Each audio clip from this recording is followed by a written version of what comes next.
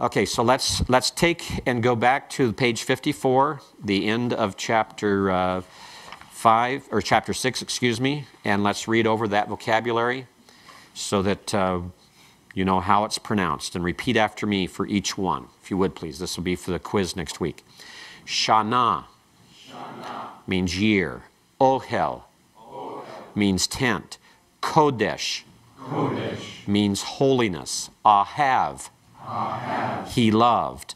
Seem, to place, and that is an infinitive form when you have the middle vowel, like with a hirik yod, like with the holam wow or the shurik in the middle.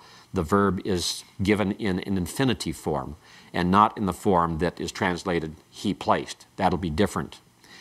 Shalach, he sent or he stretched out. That is, stretched out a hand, to reach out with a hand. So hand will be in the context as the direct object of that verb. Afar, means dust. Rosh, means head. Kadesh, he was holy or he sanctified. And the reason it's marked there in your text as not in the Cal is that this form you see here, Kadesh, is the Cal form, but it never occurs in the Old Testament. It's a different form, Kidesh, that will occur. But we learn the vocabulary this way because it's the way it's listed in the lexicon. Ma, what or how. Shame, that's name. Heikal, temple or palace. Me, this is an interrogative. It always has a question. Who or whom, if it's the direct object. Choshek, darkness. Aron, is ark or box. And that ark is not like the boat that Noah was in. It's like the Ark of the Covenant in which the tablets of the law were kept. Azav, he left or he deserted. Shuv, to return or to repent. Another of those middle vowel verbs. Its form when it's he returned or he repented is actually totally different. It becomes shav instead of shuv. Chata, he sinned. Asaph, he gathered. Mayim, that's the word for water. Then on page 60, at the end of chapter 7, the vocabulary here are the prepositions discussed in this chapter. So the table, that's 2 tables above that, is one that will do the unattached prepositions. And the other prepositions are on page 57, where we have the 3 unattached, or the 3 inseparable prepositions that are attached directly to words, the same as they are here on the board, that you have a lamed with a schwa, beith with a schwa, and kaf with a schwa, or kaf with a schwa. Those are the normal forms. We'll talk about other forms, other vowels that come under it. This symbol is merely to show that something else is attached. This is not a yod. That's just an abbreviation symbol. So that's pronounced this, la. That means 2, 4, and about 21 other meanings, depending on context. Ba can mean in, by, with, and a number of other meanings. Ka means as or like. And then back to the page 60 with the table there at the top. And we'll read that from right to left, each row. Kamo, like or as. It's the same kaf preposition as what we just went through, but here it's attached to something, and it's translated like or as. Achrei. It also finds the form acher, which we had earlier in vocabulary, meaning after or behind. Lifnei, before or in the presence of. Literally, it means to the faces of. That's the literal rendering of lifnei, is to, the lamed preposition, attached to a word that means faces of. To the faces of means before or in the presence of. El, one that we've already had, meaning unto, to, or toward. Mul, a preposition meaning opposite or in front of. Eitzel, meaning near or beside. Min, means from. This is a very frequent preposition. You'll see it many times in the Hebrew. Eighth means with, and the form should be corrected there in parentheses to look like this on the board. It should have the makef following it. So make certain it's written that way. That's the form it takes when it's joined to a following word by the makef.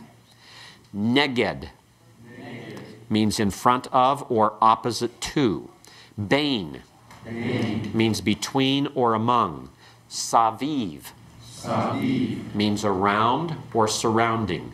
Bali means without. Ad means until, as far as, or up to. Al, it's one we've had before, meaning upon or over. Can also take the, you can also use on, although I prefer upon in most cases. Lama'an, and here again you have a lamed preposition attached to another word in order to form this preposition, in order that or for the sake of. Im means with. Aver means beyond. And tachat means under or instead of. Instead of means in the place of. Okay, so if someone's dying in place of, instead of someone else, as a substitute, then you use tachat in that type of situation. Any questions on the two vocabularies? This will be the quiz for next time we meet.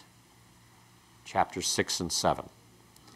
All right, let's go back then to chapter 5, or 6, excuse me. Keep thinking 5. It's chapter 6. The article and interrogation, and let's review again what we went over the other day. Go through it quickly, just to remind us, get this repetition, and then we're going to do the exercise. Exercise number 6. We'll have you pull that out, through that, and we'll grade that in class here. Rule number 1 on the article is that you have the article will be attached inseparably to the noun with which it belongs. It will have a hey as the primary part of that article, the hey, and it'll become a prefix to that noun. It'll have a Pathak vowel under it normally, and it will have a doubling dogish in the first letter of the noun to which it is attached, unless that letter is a guttural. Then it will change. All right? Here we have a noun, melek. Everyone pronounce it, melek. And we put the article on, it becomes hamelek. Good. Kol means voice or sound. Hakol means the voice or the sound. Yom with the article is hayom, means the day or today. Shame means name. With the article Hashem means the name. Layla means night. With the article Halayla means the night. Berit means covenant. Habberit means the covenant. Habberit.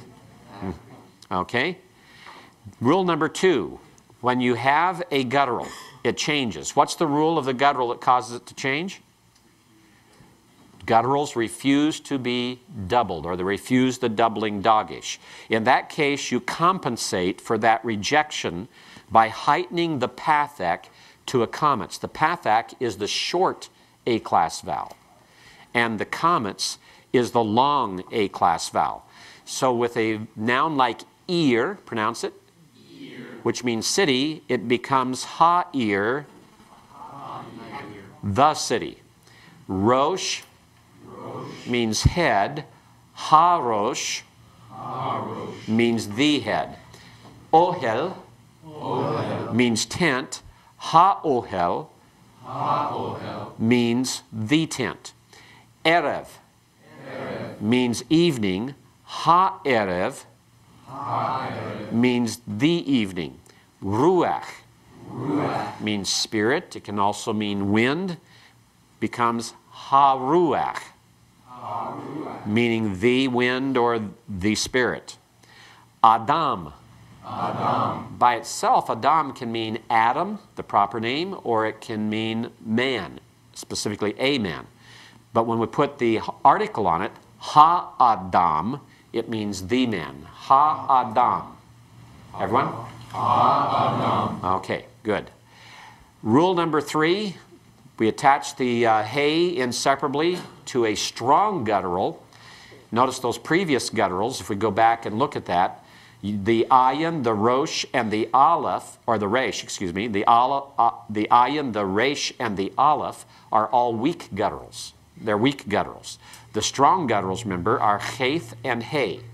So when we have a strong guttural, we've used the Pathak instead of the comments. So hey call becomes ha hey call. Palace becomes the palace. Hevel means vanity, means emptiness, becomes ha hevel. And then choshek becomes ha choshek. Becomes the darkness.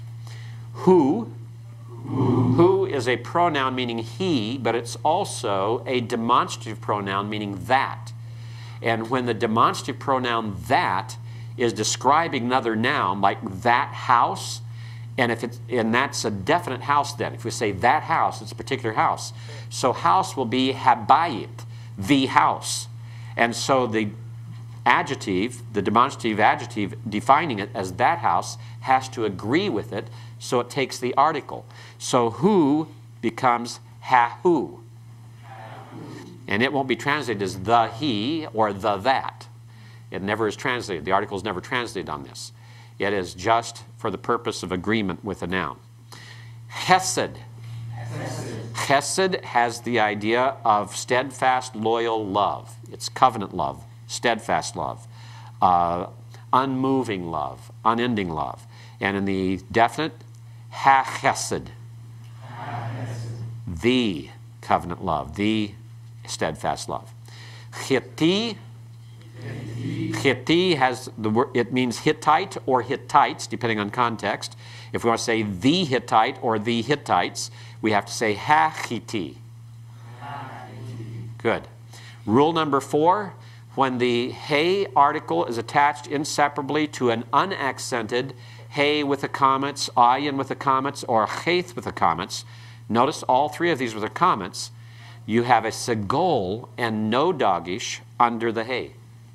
All right, so this rule number 4 is that the hey article is attached inseparably to those gutturals that have comments under them and are unaccented. That's one of the keys, unaccented. If it's accented, it'll follow a different rule, but it's unaccented. It becomes a segol, and there's no dogish because, again, the gutturals refuse the doubling dogish. So afar, meaning dust, becomes he-afar, the dust. Akev, meaning heel, H-E-E-L, like on your foot, becomes he-akev, the heel. Chazak, which means strength, becomes he-chazak, meaning the strength. Anan becomes he-anan, meaning the cloud. Hamon, that means multitude, becomes he-hamon, meaning the multitude. Rule number 5. When you have a situation where you have the accented guttural, hey or ayin with the comments, then there is no dogish. Again, the guttural rejects the doubling dogish. But in the accented case, the article will not take the segol as it does in the unaccented case. It takes the comments. So av, another word meaning cloud, av becomes ha-av, the cloud. Eretz. Eretz is a special situation. Its regular form without the article gives it as 2 segols. It's a segolate noun. But when you go to attach the article to it, that first segol has to change, and it becomes arets instead, and therefore the article will become hey with comments. Because of that change, there are 5 nouns that make that change in Hebrew that change that vowel to a comments when you add the hey. And because they change, then the hey article has to be a comments also. Okay? So eretz changed to arets, therefore the article has to have the comments under it. Follows the same rule. And it is accented. Notice the accent there above it. So eretz, a land or earth, becomes haaretz, meaning the land or the earth. Har means mountain or hill, and it changes as well. When you add the article, it's going to change to a comments. Because a comments is under that hey then, the article has to have a comments because this is the only syllable, so it's obviously the accented syllable. So it becomes hahar. It's not laughing, it's just hahar, all right? The mountain or the hill. Am, people, is another word that when it takes the article, it's going to change to a comments, becoming and therefore it becomes ha'am. Everyone? Ha'am, right, the people. Any questions on the articles, on those 5 rules? Remember to watch for the hey prefix. And watch for the hey prefix that has a Pathak, a comments, or a segol. Notice we didn't talk about a hey with a hirik because there is no hirik in the article. It only takes those 3 vowels, no other vowels. We didn't talk about a holum because it doesn't take a holum. We didn't talk about a kibbutz. It doesn't take a kibbutz. So if you see a kibbutz, a holum, or a hirik, or a tsere associated with a hey, or a shurik following it, or a holum wow, or a hirik yod, or a tsere yod, it's not going to be the article. The article will only be a prefixed hey that has a comments, a pathak, or a segol.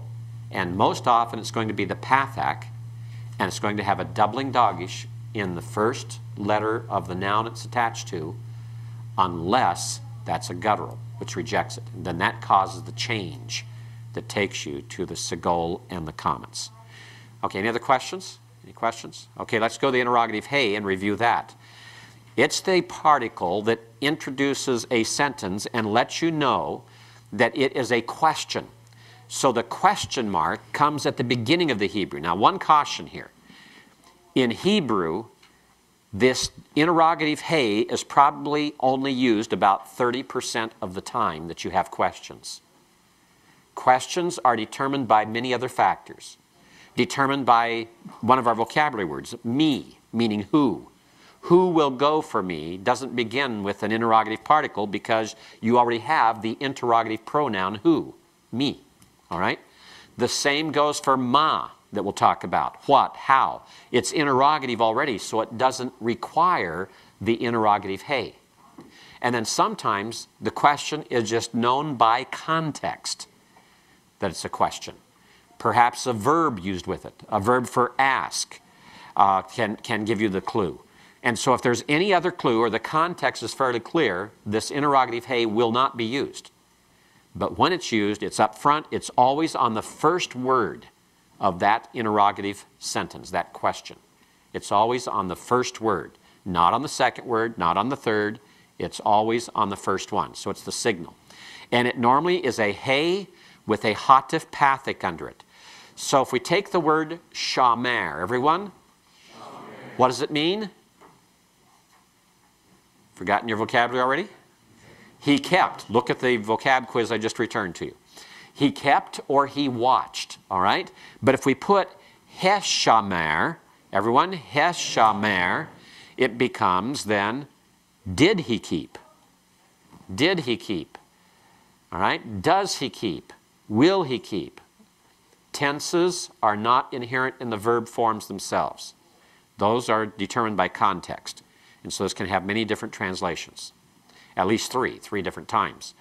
Lo shamer, everyone? Lo is the negative, meaning no. So he did not keep, or he will not keep, or he does not keep. If you wanted to say, did he not keep, does he not keep, will he not keep, you put hello shamer. All right? Hello shamer. Everyone? Hello shamer. Notice it goes on the first word. It goes on the first word of the question. If we have another question, this is one you're familiar with from Genesis chapter 4. When God approached Cain after he killed Abel, he asked him where his brother was. And remember Abel's response. It was Shomer Ahi Anoki. Everyone? Shomer Ahi Anoki. Literally, he was saying, and this, if you don't have the question on it, is, I am my brother's keeper, but with the interrogative hey on it, it becomes the question. Am I my brother's keeper? You see how it changes? It's on the first word here of this sentence and becomes a question. So it changes to a question. All right? Rule number 2. When that interrogative hey is attached to a word that begins with a guttural or with a schwa, the Hatif Pathak becomes a Pathak. First of all, if you have a word like this, shemartem, everyone? Shemartem, which literally means you keep, or you kept, or you will keep, masculine plural. It's referring to a group. If we want to say, will you keep, do you keep, did you keep, have you kept, we had hash martem. Everyone? Hash martem. It changes to a Pathak because you cannot have two schwas together at the beginning of a word. You cannot have two schwas together at the beginning of a word. And so therefore, this becomes a Pathak. And the second schwa becomes silent. All right? And it takes the same vowel as was in the Hatif Pathak. Notice there is no dogish in the sheen. If there was a dogish in the sheen, this would be the definite article rather than the interrogative. Okay? Ata, second masculine singular pronoun, personal pronoun. Ata, you, masculine singular, becomes ha-ata because it precedes the guttural. Ha-ata. Everyone? Ha-ata. Rule number 3, the interrogative hey will be attached inseparably to a word beginning with a guttural, and it will have a segol if that guttural has a comments under it. We saw that before when it was a what? Unaccented comments. In this case, it doesn't matter if it's accented or unaccented. So it becomes chata, becomes he chata. Everyone? He chata. Did he sin? It's an interrogative hey. It's not the article. If this were a noun, chata, if it were the noun, the accent is on the last syllable. You have an unaccent first. You'd have the same situation, wouldn't you? You'd have the same situation. So here's a case where if the verb and the noun are the same form, then you'd have to tell by context whether it's interrogative or whether it's the article. Now, fortunately, what's happened here is the Hebrew language will change this and put a hey on the end of the noun, so that you can tell that it's a noun rather than a verb. Avad is a verb, meaning he destroyed. Everyone pronounce avad. Avad. And if we put it on did he destroy, it's he-avad. Everyone? He-avad. Okay? Now, the interrogative pronouns, rule number 1, the mem hey is attached by means of a pathak, a makef, and a dogish to non-gutturals. So melech, king, becomes mamelech. Everyone? Mamelech means what king? Or means how is the king? Okay? Katav, he wrote, becomes makatav. Everyone? Makatav. What did he write? What is he writing? What will he write? Nahar is a noun that means river. And if we want to ask what river or why a river, then it would become man nahar. Everyone? Man nahar. And then yom, day, what day, would become mayom. Everyone? Mayom. All right. Rule number 2 is when that ma is attached to gutturals, like the aleph, the hey, sometimes the hey, and the resh. In other words, we're taking 3 gutturals. It's not the cheth and ayin. We're taking the aleph and resh, which are weak, the hey, which is strong. So we have mixed relationships here. Aleph, hey, and resh. It takes a comments and a makef. So regel means foot. Ma regel, everyone? Ma regel means what foot? Ata, you, becomes ma ata. Everyone? Ma ata. What are you? Adir. Adir means mighty. Ma adir can mean how mighty. Ma adir. Everyone? Ma adir. And then had davar is the word. Okay? We put the interrogative on it.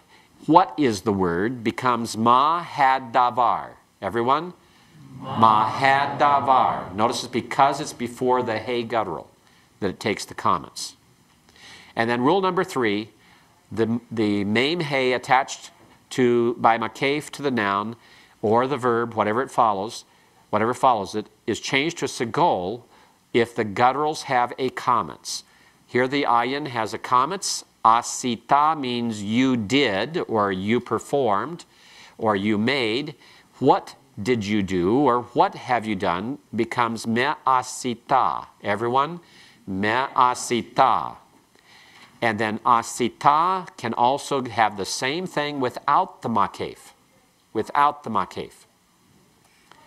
Haya, he was. Me haya, what is he? Or what is it? Everyone? Mehaya. Mehaya. Okay? Eoni is my iniquity or my guilt. Now notice you have the guttural, and it doesn't have a comments under it.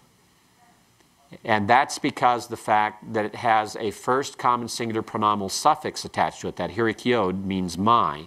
The normal form of eoni, the regular form, is aon.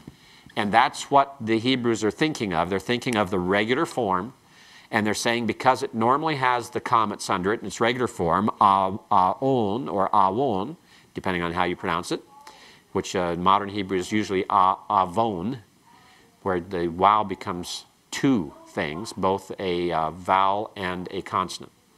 Eoni, it becomes me'eoni. Everyone? Me'eoni. Okay. It means, what is my sin? What is my sin? What is my guilt? All right, any questions on those matters before we move on? Yes, on Rule 2. Is ayin part of the guttural? Ayin is a guttural. No, in the Rule 2 that you mentioned, only aleph and hey and resh in your slides. Yes. Mm-hmm. Ayin can also be involved in that, yes. Ha'ir, just as you have there on 2C on page 52. Okay? What did they do in the slides? You didn't have ayin. You had 3 already. Okay, let me go back to that and make certain here. Let's look at that.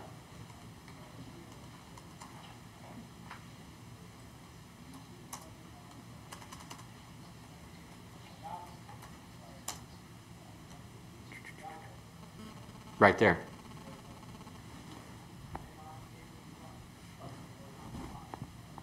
Rule number 2. That's the article, not the interrogative. Interrogative, hey, you're talking about instead of the article. Okay, it just says guttural there, and I didn't give additional examples, but it is included. Yes. Interrogative pronouns. That's right. Oh, you're talking about interrogative pronouns, still a different rule. Okay, let's go back to this one. This rule here? Ayin is not there. No, ayin is not there. and that is interrogative pronouns. And I have ayin in here. You could have an ayin, but I have not given it there. It's rare, but it does occur. Okay? All right, thanks for clarifying that. All right. Okay, yes, Scott. A question along the same lines. Am I missing something on the same section? We've got On page 54? On page 54, 2C lists the hey, and then 3C also lists the hey. Correct, because they both occur. Both can occur. As you have footnote, you have a footnote to that first hey that explains that there are two different treatments that occur with hey. Right, I read that. We just have to learn those? You just have to learn them, yes. Right. And I don't suggest that you memorize exceptions like that unless I focus on it and tell you to memorize it. All right? I don't like to have too much memorization because that kicks out the important stuff if you do that. All right? So learning the rules, you have to watch out. Don't focus on the exceptions unless I focus on them. Okay? Yes, Jeremiah. A question on pronunciation, and this Yes. came up in the interrogative hey under 2B. Are you overemphasizing so that we get it like with the ata and then it's Yes, I'm ata? overemphasizing it because I'm almost emphasizing it as though it's a secondary accent under it Okay. when I pronounce it, but you when don't. we say it, it'll just be hata. It'll almost blend together. Yeah, it'd be ma-at-ta, ma-at-ta, ma-at-ta. In other words, the first two syllables will be the same force. It will not blend. It doesn't become ma-ta. It's ma-at-ta. Okay, you still pronounce it. Don't blend them. Good question. Okay, any other questions? All right, let's take the exercise then. Pull it out. Trade with someone near you.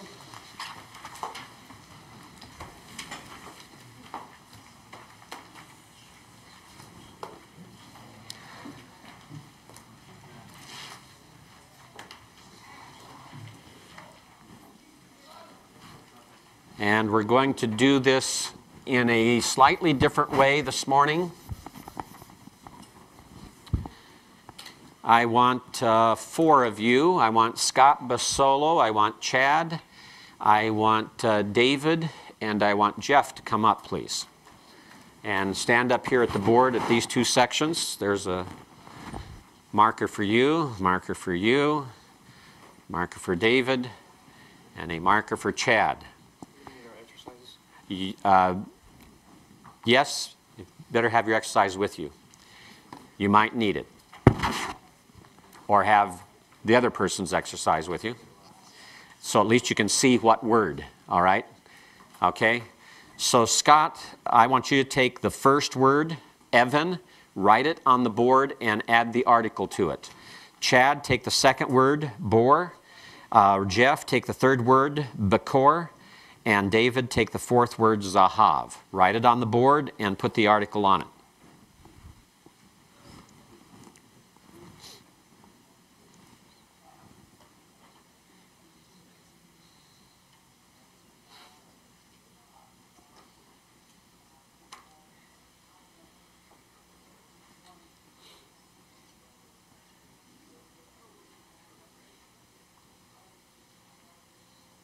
Okay, if you have it done, close the pen and lay it on the lectern. All right.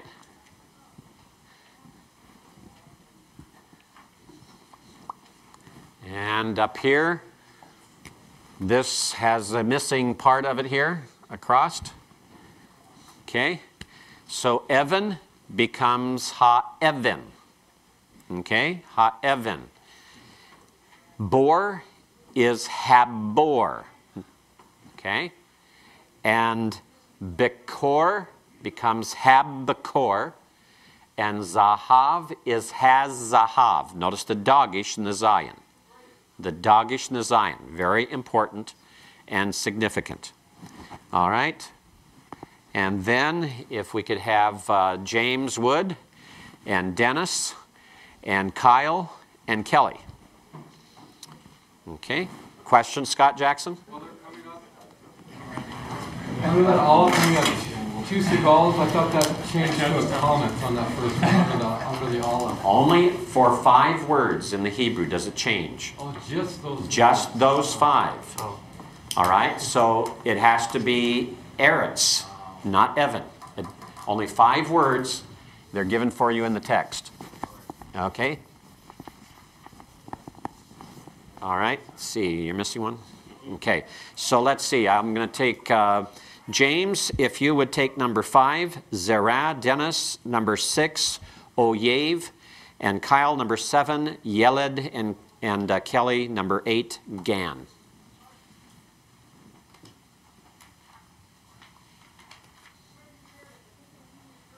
Doctor, if I change those, is the marker wrong? If I got the ending wrong, if I change that to a comma, is that wrong? Yes, it's wrong. Okay. Correct. Any part makes it wrong. Any part wrong makes it wrong. Like if you forgot the dogish, it makes it wrong. If you have the wrong vowel, it makes it wrong. If you changed a vowel, you shouldn't, it makes it wrong.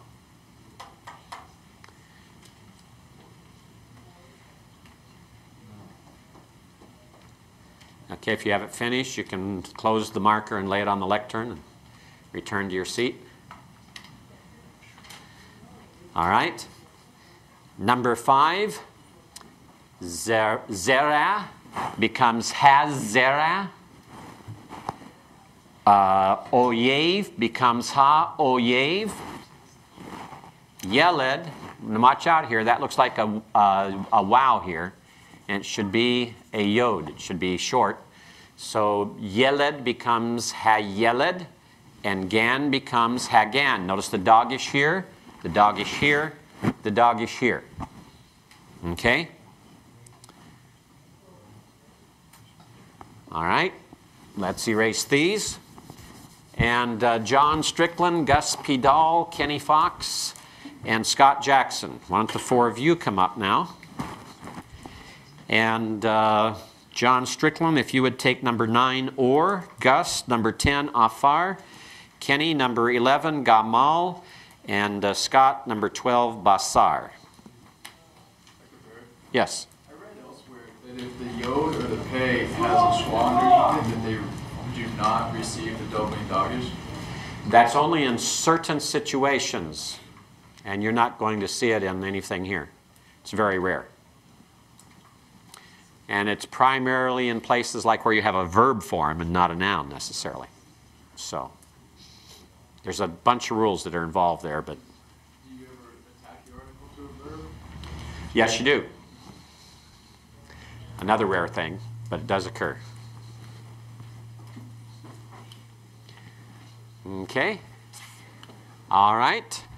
So number 9, Or, becomes Ha-Or, the comets. Afar, notice it's unaccented, so this should be what? Should be Segol.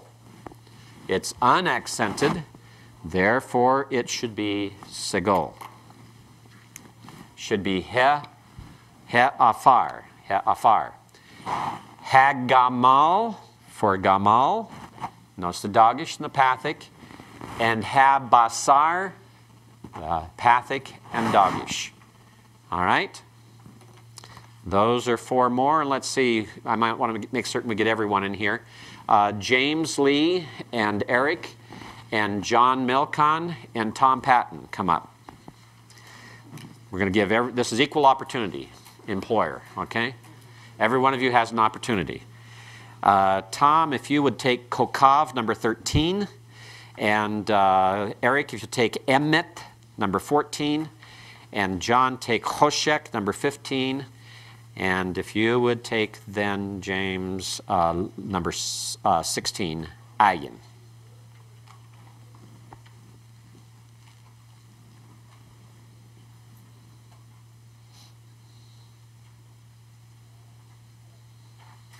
And there's an eraser back there on the lectern if you want to use it instead of your hand. That red will make you look like you're bleeding. And I haven't even got to your exercise yet to bleed on it myself.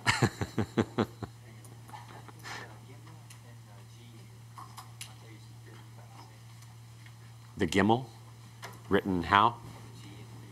and the G in Greek, there's a relationship there, especially in the Paleo-Hebrew, but not in this script. All right? So let's take a look at these. We have number 13, kokav, becomes ha-kokav. Notice the dogish in there.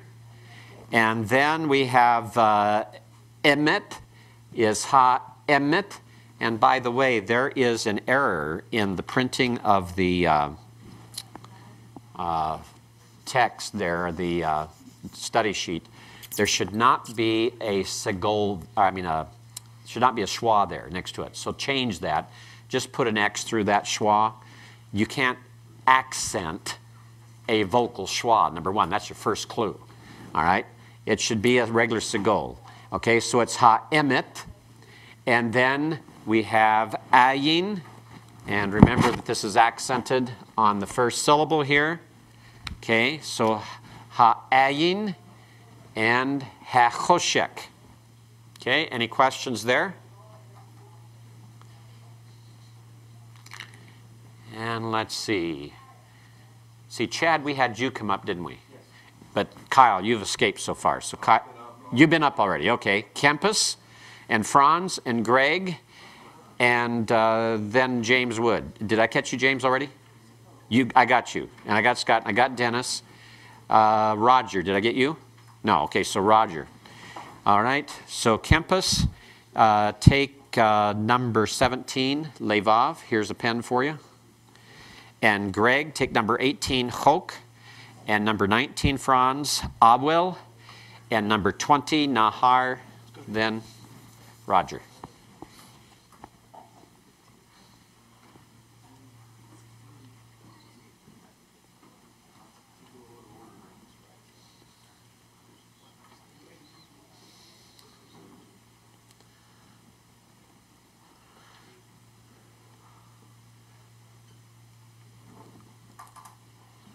By the way, I want to compliment you on all of you, the way that you're doing on the forms of your letters. I've noticed in your exercises, as well as what you're doing up here on the board, that you're doing a good job. That's progress. Think about where you were before you even knew what these letters were, and when you first tried to write them, and what you're doing now. It's good progress. Okay, when you have those written, just close the pen, lay it on the lectern.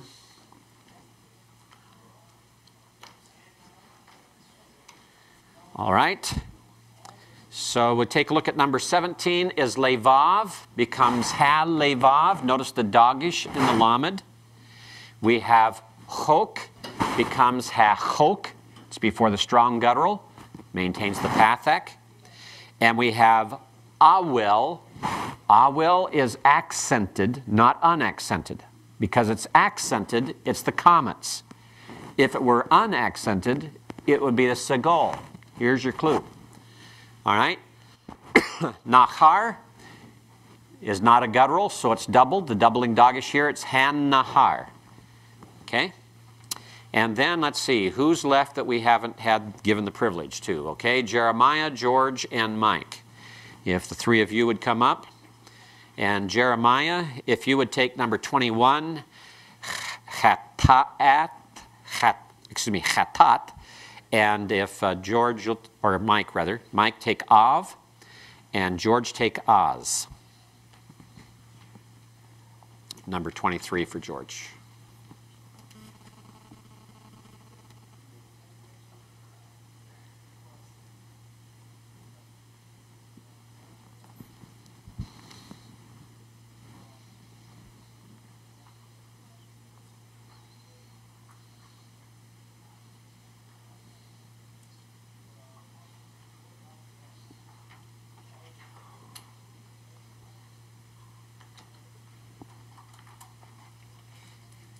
Just lay it on the lectern.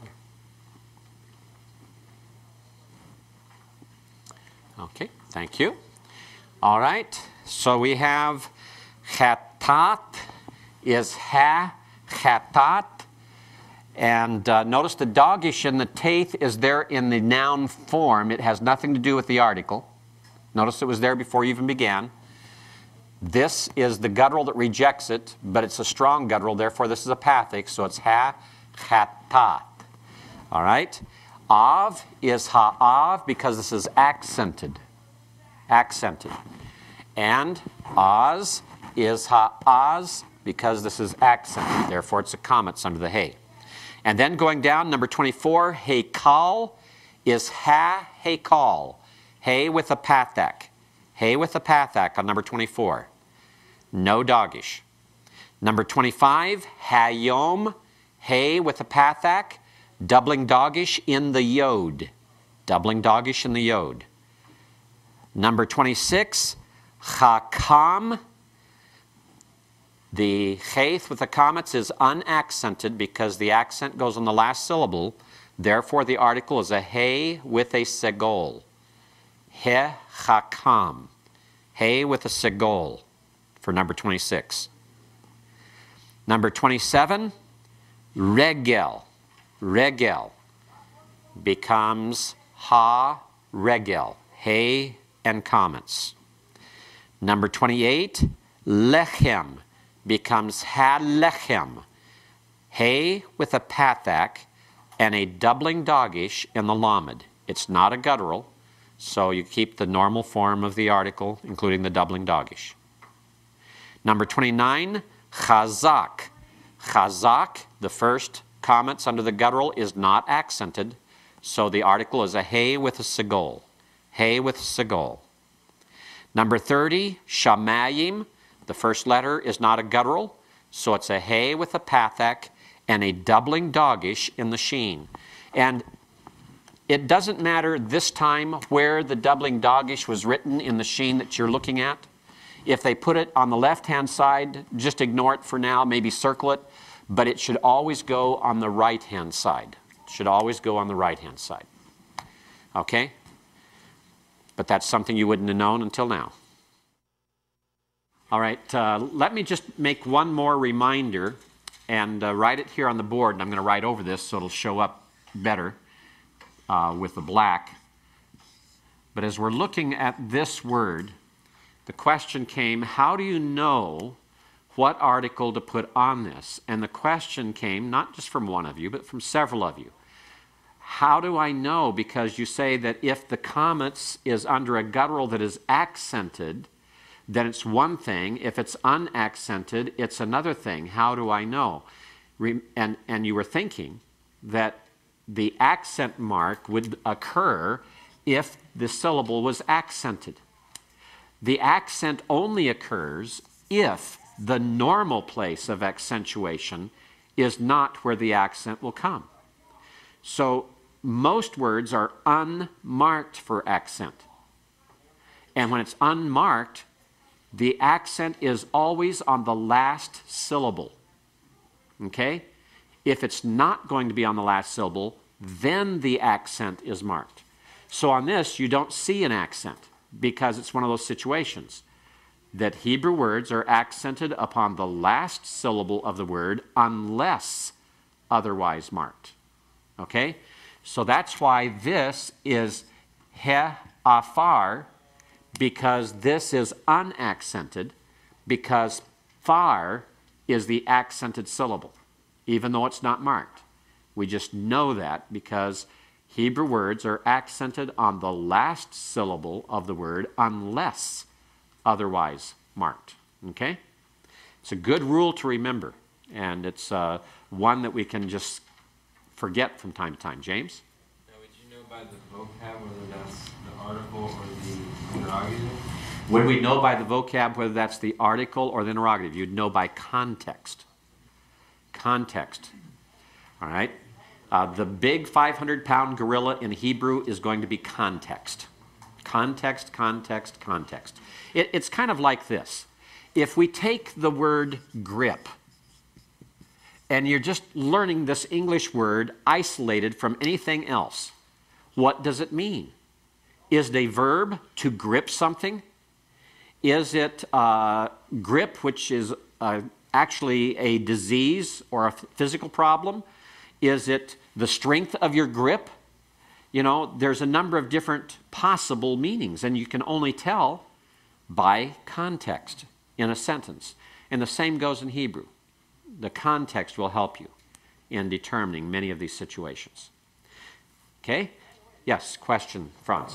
But with the interrogative hey and the pronouns, would they be preceded by a soft pasuk or a siluk necessarily or not? Will the hey or the interrogative pronouns be preceded by? Yeah, in the sense that if it's a question, if it's the beginning of a, is that normally the Okay, beginning of a I see what you're sentence? saying. Okay, if we have a question, does the question always begin at the beginning of a verse? Yeah. No, it does not. Because many times you'll have, God asked the man, and then you have the question. And that's way deep inside the verse. So it's not always the first word in the verse. No. Okay, good question. We're on chapter 7 dealing with prepositions. First, we'll deal with the inseparable prepositions. Again, what are the 3 inseparable prepositions? La, ba, and ka. La, ba, ka. Sometimes we just refer to it as the lamed preposition, the beith preposition, and the kaf preposition. All right? Lamed, beith, kaf. Lamed preposition, beith preposition, and kaf preposition. And they're given there more or less in the order of their frequency. Lamed is far more frequent than beith. Beith is far more frequent than kaf. Kaf is the least frequent of the 3. So the rule, the first rule, number 1, of the inseparable prepositions, those 3 prepositions, and that's all we're talking about, is that normally they are pointed with a schwa. Normally they're pointed with a schwa. So vocer, morning, becomes levocer, to morning, or at morning, or for morning. Okay? Levocer. Adam becomes le-adam. Le-adam. For man. For Adam. To man, or to Adam. Nahar, river, becomes benahar. Benahar. Ba is in, so it'd be in river. In a river. In a river. Okay? Afar, dust, becomes afar. In dust. Question, Jeremiah? Will the article go between those 2? No, we'll get to that. The article will not go between. We'll talk about that later. Okay, good question though. And watch for it. We will explain that. It's very important to learn. Okay, ish is man. Ka-ish, as man. Like a man. Lot, the name of Lot, becomes kalot, like Lot, the nephew of Abraham. Okay, so this is the normal form of the preposition. It is at the beginning of a word, and it has a schwa under it. Okay, that's rule number 1. Rule number 2, words beginning with simple schwa take inseparable prepositions with hirik. Why? 2 schwas cannot occur back to back at the beginning of a word. Okay? 2 schwas can occur back to back in the middle of a word. 2 schwas can occur back to back at the end of a word, but not at the beginning. So something has to change. And in this case, then, if we have meragel, which is the word for a spy, it becomes limragel. And limragel, excuse me. The schwa becomes silent. Limragel. For a spy, to a spy. Okay? With a spy, bimragel. Like a spy, kimragel. All right? So the first schwa that normally occurs underneath that inseparable preposition must change. And it changes to a hirik. You just drop off the bottom dot of the schwa, and it becomes a hirik. All right? Everyone clear on that one? Rule, oh, by the way, before we go that far, Yehoshua. Yehoshua is the name Joshua.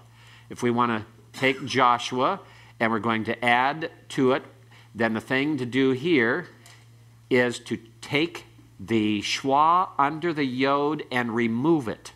Why? Because in this case, the hirik is followed by a yod, and when it's followed by a yod, then the yod ceases to be a consonant and becomes part of the heroic vowel.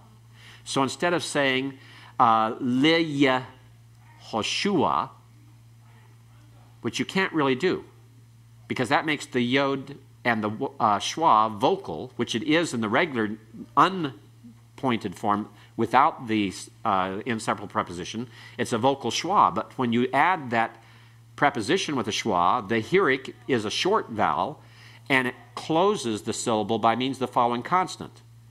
Well, a yod has difficulty closing a consonant, because just as in English, a y, just a consonantal part of it after a vowel just doesn't exist.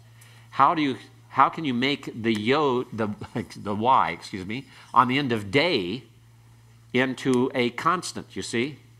It joins with the vowel, and it's indistinguishable. The same thing happens in Hebrew. So when that heroic is followed by a yod, then it becomes a heroic yod. The yod becomes a vowel instead of consonant. So instead of saying le Yehoshua, Hoshua, you say li Hoshua. Li Hoshua. Li Hoshua. Okay? Li Hoshua. Yes? Is that also why the schwa drops out underneath the yod? That's why the schwa drops out underneath the yod, because the yod cannot retain its consonantal power in this situation. Okay? All right? Rule number 3. Words beginning with composite schwa take inseparable prepositions with the corresponding short vowel. Okay? So if you have a word beginning with a hatif Pathak, what vowel is going to be under the inseparable preposition? A Pathak. The corresponding short vowel is out of that same form. Hatif Pathak is Pathak, hatif Segol is Segol, and hatif Kametz is the Kametz Hatuf. Okay? La esot is what the preposition becomes. Edom becomes be Edom in Edom. And Oniya, actually Oniya, better pronounce that correctly, Oniya, which means a boat, and it's a Kametz, which is a Kametz Hatuf, and it becomes Ka Oniya. Yes? So it's a Kametz Hatuf under the preposition, even though it's not a closed syllable? It is considered to be the equivalent, which is a Kametz Hatuf, but it's not going to be pronounced as a Kametz Hatuf because it's in an open syllable. Technically, that Kametz under Kaf is a Kametz Hatuf, but it's not going to behave like it. Why? It's technically that because it's supposed to be the corresponding short vowel of the Hatif Kametz, which is it's a Kametz Hatuf Hatif. All right, so it's a Hatif Kametz Hatuf, technically. But what happens is you just go with the Kametz, and it's pronounced as a Kametz, not a Kametz Hatuf. It isn't Ko Oniya. All right? It stays as a Ka. Ka Oniya. It's one of those things is a rarity. It's what some consider an inconsistency in the Masorete's rules for these vowels. But they just say, well, if you know the language, you know what this is. You know, well, it takes a while to learn it. Okay, John? What is the accent on that? It sounds like it's... It's at the very end. It's Ka Oniya. How come it's not marked then? Because the last syllable is never marked. It's the last syllable. If it comes on a different syllable, then it will be marked. Okay? All right? All right. Elohim, accent on the last syllable, becomes what? It changes. Again, here, instead of a short vowel, the aleph, when it has the hatif segol, changes to a tsari, and the aleph is totally silent. It becomes leilohim, leilohim, or beilohim, or kelohim. Any of the inseparable prepositions. Another exception to the rule. Okay? Rule number 4. The inseparable preposition usurps the position and the pointing of the article. This gets to Jeremiah's question. What happens with the article in such cases? Notice what happens. Melech is a king. We put the article on it. Hammelech is the king. But it becomes Lamelech if it's for the king. Notice the hey disappears. But the vowel that was under the article becomes the vowel under the preposition. And the doggish forte stays in the maim, so you have a double signal that the article is there. The double signal that the article is there is the Pathak and the doggish forte that tells you that's for the king. Okay? Let me go over that one more time. In the normal addition of a preposition, the inseparable preposition, those three, la, ba, and ka, when they're added to a noun that has the article, you determine the rule for the article on the noun, and then you remove the hey and put the preposition in the place of the hey. That's all you're doing. So whatever the rule is for the article is going to stay, but the hey is going to be replaced by the preposition. That's all that occurs. You replace the hey with the preposition, and the vowel and whether or not the doggish are there is determined by the rules governing the article. And all you do is have the preposition replace it. So if you have Adam, if we add the article to Adam, remember it's ha-Adam. Aleph rejects the doubling. So if we're going to say for the man, then or as the man, and I need to adjust that. I see now looking at it on the screen here, looks like I can't line it up evenly, but the ka-Adam, all right, takes the same pointing as the pointing for the article. You just replace the hey with the preposition. Whether it's kaf, like the man, or lamed, for the man, or beith, with the man. They'll all have the same pointing because the pointing of the article. Afar is he-afar, the dust. If it's in the dust, it's be-afar. You just replace the hey with the beit. That's all it is. So there's no new rules regarding the vowel. No new rules regarding the doggish. It's the same rules as you learned for the article. All you do is just remove the hey and replace it with one of those three prepositions. Scott? Regarding the previous word, Adam, and the methane accent in there. Yes. Is there any way we can tell when that's inserted and when No, it's not? you just have to learn the forms. It's just something you have to learn. Not with the comments No. or... Okay. No. Okay, it's just something you have to learn. There are certain forms that do and many of them don't. Yes, Chad? Isn't there a rule that the third syllable starting from the end, if it's a long vowel, it would take the methag, or am I misremembering that? That is only a partial rule, and it does not occur in all cases. It explains certain occurrences, but not all occurrences. Okay? It's one of those things we run into in Hebrew. For every rule, there's an exception. For some rules, there are many exceptions. All right? Anyone else have a question here? Is this clear? All you're doing is taking the hey off of the article and replacing it with a preposition. So the pointing of that article is still there, and therefore the article is still there. Franz? So if we were to say a man or as a man, would that just be the normal schwa under the... Be the normal schwa. Correct. Be a normal schwa. Ke Adam. Ke Adam is like a man. Le Adam, for Adam, or for a man. Yes. All right? Any other questions? Rule number 5.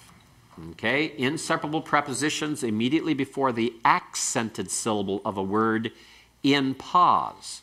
An accented syllable of a word in pause. By the way, in pause means there is a major accent. On the worksheets I returned to you, several of you, when we were talking about being in pause, you talked about changing the vowels. Well, number one, when a word is in pause, every word in pause does not change vowels.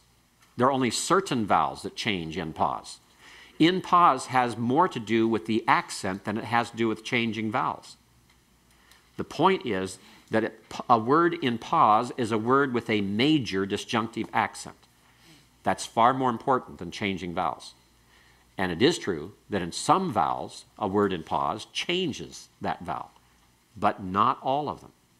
In fact, most of them do not change. So keep that straight. In pause has to do more with accentuation than anything else.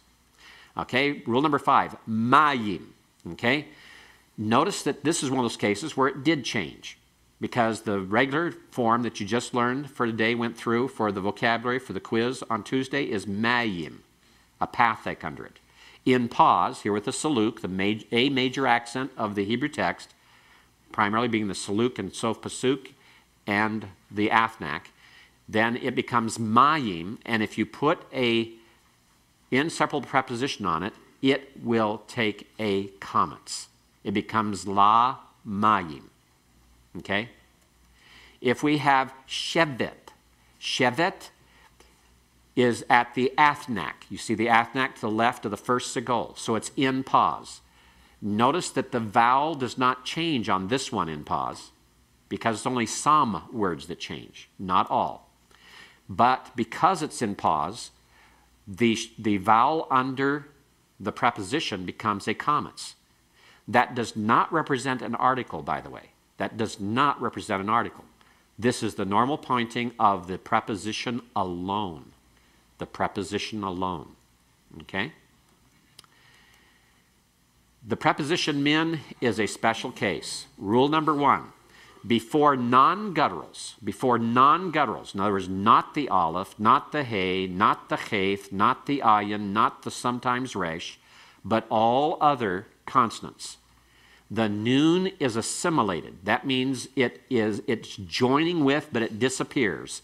And the compensating of a dogish forte is used. So you have melech, king, a king. Mim melech is from a king. From a king. Notice the dogish that represents the assimilation of the noon on min.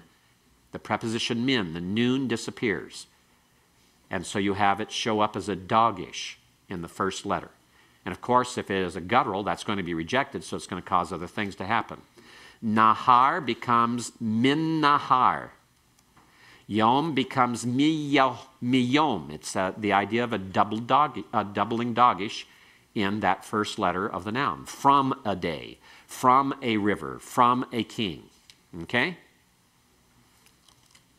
Yes, Chad. The wording in the book is a little different. Instead of before non-gutturals, it says when a noon stands vowelless between two consonants. Is that the same thing? That's the same thing, because that's what would happen if you kept it. If you kept it, that's what would happen.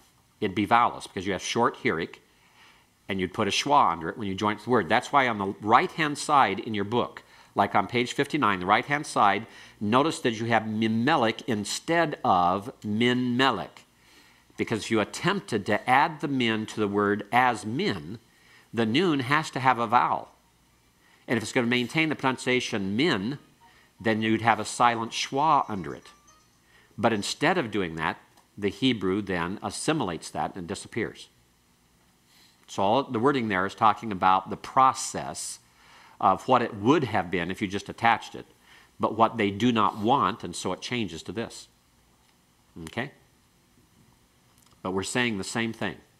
One's looking at it from this process that was involved in moving from one to the other, and this one's just looking at the end result. Okay? All right, rule number 2. Before gutturals, noon is assimilated and the hirik heightened to tsere, to compensate. Adam, a man. Me Adam, from a man. Why the tsere instead of a hirik? Because the noon cannot be compensated for by a doubling dogish and a guttural, because a guttural what? It rejects doubling dogish. So since it rejects doubling dogish, then we compensate. Remember what we did with Adam, with the article, ha-Adam? It's not ha with a pathic and a dogish, because the aleph rejects the doubling dogish of the article, so we compensated by heightening the pathic short vowel to the long comments vowel, so it's ha-Adam. It's exactly the same process and the same rule, It's a different vowel. It goes from a short hirik, but instead of going to a long hirik yod, which you have to add a yod in there, it's easier to make the short hirik heighten to a tseri. And that's why on the one chart on page, I think, 39 of your textbook, you have a chart that shows the I and E class vowels together, because an I class vowel can move to a higher form by going to a tseri instead of a hirik yod. All right? So it becomes me adam. And the tseri tells you there's compensation from a hirik to a tseri to account for the rejected doubling dogish that would normally be there for the noon that has been assimilated. Okay? Regel becomes me regel. Hadar becomes me hadar.